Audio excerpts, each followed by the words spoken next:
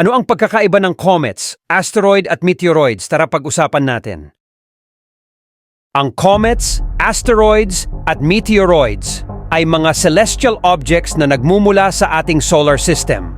Ngunit may mga pangunahing pagkakaiba sa kanilang komposisyon, pinagmulan at behavior. Narito ang detalyadong pagkakaiba ng bawat isa. Ang comets ay binubuo ng yelo, dust at iba pang frozen gases.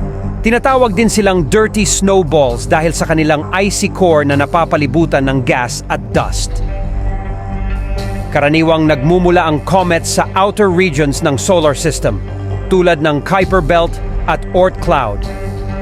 Ang mga ito ay may highly elliptical orbits na dinadala sila malapit sa araw at pagkatapos ay malayo muli. Kapag ang isang comet ay lumalapit sa araw, ang init ng araw ay nagiging sanhi ng pagsingaw ng mga yelo at paglabas ng mga gas na bumubuo ng isang coma, isang malaking ulap ng gas at dust, at isang tail.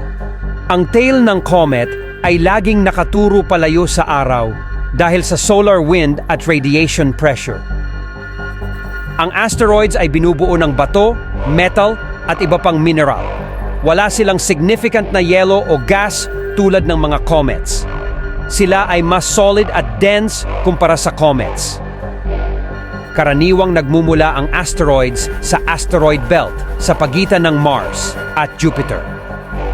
Ang asteroid belt ay isang rehiyon ng solar system na puno ng libu-libong asteroids na nag-orbit sa araw. Ang orbits ng asteroids ay karaniwang circular o elliptical at mas predictable kumpara sa comets. Hindi sila nagkakaroon ng coma o tail dahil wala silang yelo na mag-sublimate. Ang meteoroids ay mas maliliit na fragments ng bato o metal na nagmula-mula sa asteroids o comets. Ang laki nila ay mas maliit kumpara sa asteroids, kadalasan ay mas mababa sa 1 metro. Maaaring magmula ang meteoroids mula sa pagbangga ng mga asteroids o mula sa mga debris na nagmula sa comets na umiikot sa solar system. Maaari rin silang magmula sa mga planetary collisions o iba pang mga events na nagdudulot ng fragmentation ng mga celestial bodies. Kapag ang meteoroid ay pumasok sa atmosphere ng Earth at nasunog dahil sa friction, ito ay tinatawag na meteor o shooting star. Kung ang meteoroid ay hindi nasunog ng buo at nakarating sa ibabaw ng Earth, ito ay tinatawag na meteorite. Ang kaalaman sa pagkakaiba ng mga celestial objects na ito ay mahalaga sa pag-unawa ng ating solar system at sa pag-aaral ng mga potensyal na panganib at benepisyo na maaari nilang dalhin sa Earth.